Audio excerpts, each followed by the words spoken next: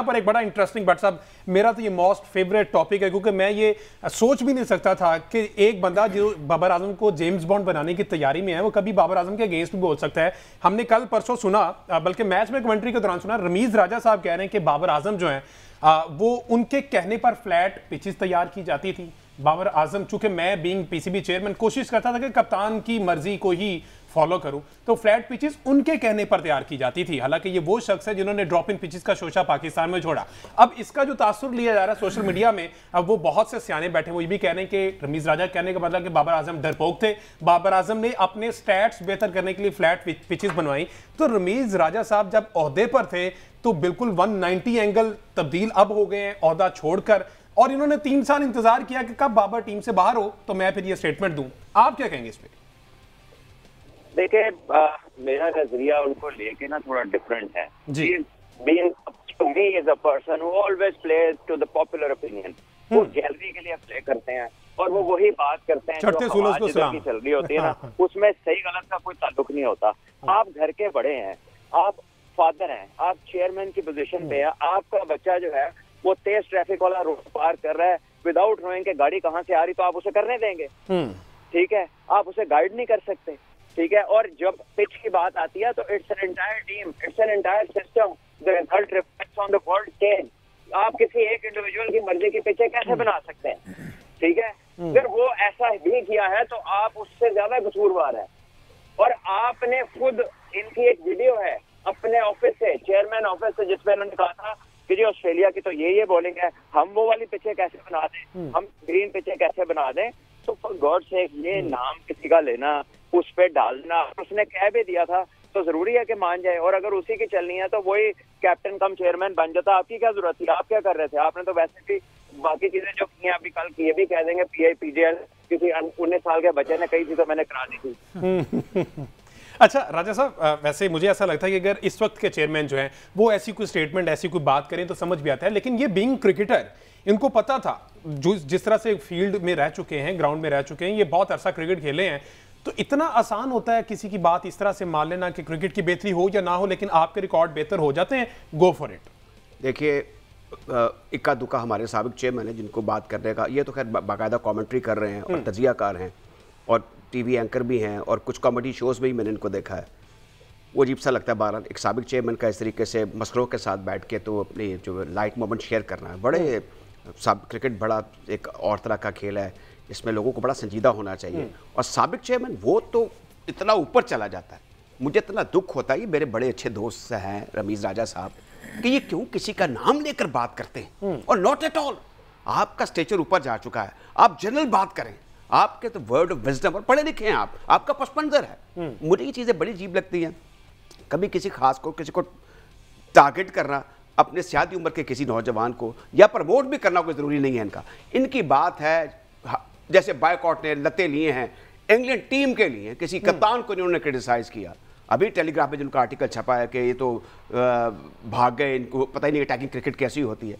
तो वो तो फॉर्मर चेयरमैन नहीं है, ये तो फॉर्मर चेयरमैन है, फॉर्मर कैप्टन है, CEO भी रह चुके हैं बोर्ड के। कौन सा ओहदा है और कौन सी क्रिकेट उन्होंने नहीं खेली? फिर इस किस्म की बातें, वो कौन सी ऐसी थर्स्ट है, वो कौन सी ऐसी क्रेविंग है कि हर मौजू पर बात करना बिल्कुल ज़रूरी नहीं होता मेरे ख्याल में। You should be personable, you should be articulate, और आप वेल एजुकेटेड तो हैं तो बात वैसी करें दूसरों को। मेरा ख्याल राजा साहब लगता है कि लाइमलाइट रहने की थोड़ी सी आदत सी पड़ गई। मेरा ये ख्याल है कि अगर रमीज राजा साहब ने इतना अरसा क्रिकेट खेलने के बाद सारी बातें बाबर आजम की ही माननी थी तो फिर मेरा ख्याल है कि उनको ज़रूरत नहीं थी PCB चेयरमैन बनने की। दूसरी बात यह है कि रमीज राजा साहब की सिर्फ ये पिचों वाले मसले के ऊपर नहीं, उसके अलावा आप अगर देखें तो पूरे 3 सालों में जो उन्होंने पाकिस्तान क्रिकेट की जो खिदमात की हैं, बाबर आजम ने ये कहा था कि डिपार्टमेंटल क्रिकेट खत्म कर दें। बाबर आजम ने ये कहा था कि प्लेयर्स का पोल 1100 से 150 पे ले आए, आपको ढूंढने प्लेयर नहीं मिलता। बाबर आजम ने ये कहा था कि बच्चों को उस उम्र में T20 खिलाएं जिस उम्र में टेक्निक डेवलप होती है। बाबर आजम ने ये कहा था कि PGL के नाम पे इवेंट करवा दें, उसके बाद जो है वो मतलब अब उसके जो नताइज नजर आना शुरू हुए हैं हमें। तो इस सारे का जो डिस्क्रेडिट है वो रमीज राजा साहब किसको देंगे? मेरा ख्याल थोड़े दिन बाद रमीज राजा साहब इसके लिए भी कोई ना कोई बंदा तलाश करके उसके ऊपर जो है वो कोई बंदूक चलाने की कोशिश करेंगे। तो ये एक इंतहाई गैर जिम्मेदाराना बात है कि आपने एक ऐसे आदमी को जिसकी वजह से आपने 3-4 साल तक एक पॉपुलर ओपिनियन बनाए रखा, उसके टीम से ड्रॉप होने के बाद आपने इस तरह की बात। हमजा, मैं एक बात आपसे ज़्यादा से बात करूँ, एक सिर्फ फिर व्हाट्सएप के बाद जाइएगा। अब जब मेरी स्टेज है और उसके बाद कई नीचे भट्ट साहब की एज वाइज स्टेज है कि हमने बहुत से लोगों को अपने सामने बच्चे से ऊपर खेलते हुए देखा है। अब हमारे नज़दीक तो वो किड्स ही रहेंगे ना, हम तो उनके बारे में कोई ऐसे करे वही ऐसा कर। अब जैसे अजहर अली है, वैसे मॉनिटर में इतने से खेलते थे, अब मैं उनके रग रग से वाकिफ, वो जमाना था, उसकी रिकॉल बड़ी ज़बरदस्त होती है। अब मैं उनके बारे में कोई ऐसा क्रिटिकल व्यूज़ दे ही नहीं सकता, मैं ज़्यादा पॉजिटिव क्रिटिसिज्म कर सकता हूँ उनके ऊपर। तो मेरे ख्याल में हमारे बड़े लोगों को अब समझ जाना चाहिए, आपकी बातें सजेशंस बन रही हैं, लोग उसको फॉलो कर रहे हैं, आपके टेम्पो को, आपकी गुफ्तगू को, आपके चलने फिरने को, तो दे शुड सोब्राइटी जो है प्रिवेल करनी चाहिए। बिल्कुल इसी तरह, और जिस तरह से अहमद ने 2-3 चीज़ें फर्दर भी बताई हैं, उसमें ये भी भट्ट साहब शामिल कर लिया जाए कि क्या स्वीप मारना, तमाम प्लेयर्स को कहें कि टेक्निक गई भाड़ में, आप स्वीप की तरफ आएँ और इंटेंट इस तरह से शो करें और आपका स्ट्राइक रेट इस तरह से होना चाहिए। तो ये चीज़ें जो हैं ये भी इन्हीं की कारकर्दगी में जाता है, इसका क्रेडिट भी इसी जाता है कि ये टेक्निक बुलाकर फिर रिजल्ट हमारे सामने है कि हमें वापस 35+ वो स्पिनर्स एज के जो हैं उनको उन पर आना पड़ा। कोई नया खिलाड़ी हमारे पास इस वक्त मौजूद नहीं है और उस पर उतनी मेहनत नहीं की गई। बहरहाल भट्ट साहब, इंग्लैंड वाले मैच की बात कर ली जाए, पिंडी स्टेडियम में काम जी भट्ट साहब, जितना क्रिकेट का काम खराब क्रिकेटर्स के एंटायर हाथ में होते हुए हुआ है ना, टॉप क्रिकेटर्स के, उतना शायद ही कभी हुआ हो। ये मैं रेफरेंस दे रहा हूँ 2-3 साल से पहले, जो 2-3 साल गुजरे हैं, जिसमें यही चेयरमैन थे और ऊपर भी पाकिस्तान के सबसे बड़े क्रिकेटर थे। सारा कुछ बाबर आजम के कहने पे इन्होंने किया। इन्होंने तो पाकिस्तान का बेस्ट ब्रॉडकास्टर जो कमेंट्री में है, ये क्रिकेट सेट के बाद है, वो सिकंदर बख्श को इंग्लिश में, जो कि उसकी स्ट्रेंथ है, उससे कमेंट्री करने से रोक दिया था। उसको यह इंस्ट्रक्शंस जारी कर दी थी कि आप सिर्फ उर्दू में करेंगे, और बीइंग अ चेयरमैन पीसीबी ये खुद बताते थे, इसको कमेंट्री कराओ, इसको उतार दो, इसको लगा दो, इसको उतार दो। इनका क्या काम है इस काम में बोलने का? तो ये तो इस हद तक हर एक जगह पे इन्वॉल्व थे, और आज ये किसी प्लेयर का नाम ले रहे हैं। बड़ी बातें हैं जो हम लोग नहीं करते, जैसे राजा साहब ने कहा ना कि जब आप एक सर्टेन स्टेज पे चले जाते हैं तो आप हर बात नहीं करते।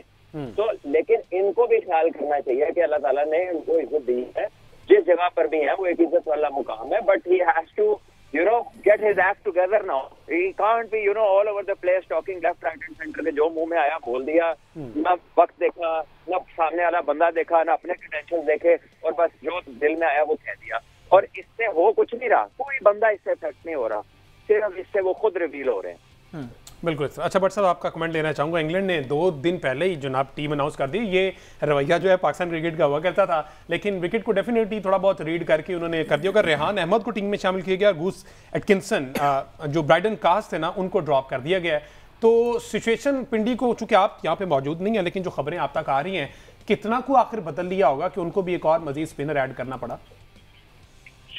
End of the day entirety में जो है शिफ्ट हो गया अब ऑनेस्ट स्पिनर्स के ऊपर, और टॉस जो है ना मैच का वो बड़ा वाइटल होगा, क्योंकि जो भी टीम पहली इनिंग खेल के एक अच्छा स्कोर पोस्ट कर देगी, जाहिर है चौथी इनिंग में जिस तरह स्पिन ट्रैक जो है वो मजीद डिटेरियोरेट होता है, तो बैटिंग बड़ी मुश्किल हो जाती है। तो पहली इनिंग और दूसरी जो टीम की पहली इनिंग होगी, यानी फर्स्ट एंड सेकंड इनिंग जो है वो बहुत इंपॉर्टेंट होगी, और थर्ड और फोर्थ जो है ना वो इसकी मुश्किल इनिंग्स में शुमार करेगी। सो आई थिंक कि टॉस बड़ा इंपॉर्टेंट होगा, लेकिन अगर इंग्लैंड ने तीसरा स्पिनर रख भी लिया है, आई स्टिल बिलीव कि जो पाकिस्तान की जो स्पिनर है ना, they are more experience without a doubt, और उनकी क्वालिटी कदरे बेहतर है इंग्लैंड की जो स्पिन बॉलिंग है उससे। उनके स्पिनर्स बड़े यंग हैं, ऑल्दो वो अच्छे हैं, लेकिन they are very young, very less in experience. तो पाकिस्तान आई बिलीव अगर टॉस जीत गया ना तो इंशाल्लाह फिर बहुत चांसेस के पास। ठीक है। अच्छा भट्ट साहब, मैं आपसे भी और राज साहब आपसे भी जानना चाहूंगा, जो फैक्टर मैं जानना चाह रहा हूं, क्योंकि अब ये दूसरा टेस्ट मैच जीतने के बाद ऐसा हो हमजा जी प्रोवाइडेड के पिच वैसा हो जैसा हमने मुल्तान में देखा। हाँ बिल्कुल, इसी से रिलेटेड मैं जानना ये चाह रहा हूँ कि चूंकि अब स्पिनर्स दोनों टीम्स ने ऐड कर लिए हैं, मुल्तान की जो कंडीशन है वहां पे भट्ट साहब गर्मी ज्यादा पड़ती है, पिंडी में रात के टाइम ऑस भी पड़ती है, ठीक है, तो इससे भी थोड़ा बहुत सिनेरियो चेंज हो ना, जितना मर्जी विकेट को आप स्पिन फ्रेंडली कर लें, जब रात को ऑस पड़ना है, अगले दिन जब आना है, तो फिर इसमें भी कोई तब्दीली जेन में होगी? देखिए ऑस तो पड़ती होगी, लेकिन रात को विकेट को कवर्ड होती है। बिल्कुल डेफिनेटली, ठीक है, रात को विकेट कवर होती हैं, तो बल्कि जो कह लीजिए कि उससे मेरा नहीं ख्याल कितना फर्क पड़ना चाहिए। और अभी वो वाली सर्दी शुरू नहीं हुई कि जिससे टेम्परेचर में इतना ड्रास्टिक ड्रॉप आ जाए कि विकेट का बिहेवियर चेंज करना मुश्किल हो जाए।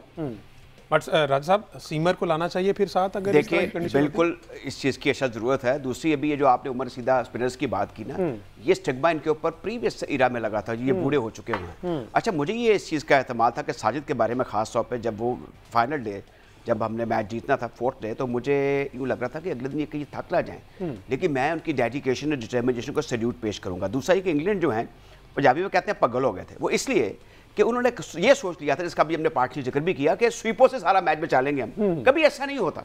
और दूसरा ये बड़ी कमेंडेबल बात है कि इतने लगातार कतार अंदर कतार आप टेस्ट मैच हारने के बाद, और 4 साल के बाद आप मुल्क में मैच जीत गए, और एक मैच आपने इससे हारा कि आपने 550 किया, 800 करने के बाद आप, यानी कि यू लॉस्ट द मैच। ये भी एक यूनिक हिस्ट्री थी। दूसरी जो फैक्टर है ना, जिसका मैंने पार्टली पहले भी जिक्र किया था, वो है जो माहौल बदला है। देखें, मैं पहले भी आपको बता चुका हूँ कि ये जो चेंज फॉर गुड होता है ना, ये इंटायरली, और अब चेयरमैन को, मेरे ख्याल में चेयरमैन साहब को चीज़ें पता लगना शुरू हो गई हैं कि आफ्टर शॉक्स क्या होते हैं हारने के बाद, किस तरह लत्ते लिए जाते हैं। मैं जितना मर्जी मुअज़्ज़ज़ हूँ, मैं मोतबर हूँ, मैं ईमानदार हूँ, मैं बिल्डर हूँ, लेकिन जब मेरी सर्वाइवल जो है वो उस वक्त तक है जब तक टीम जीतती रहेगी।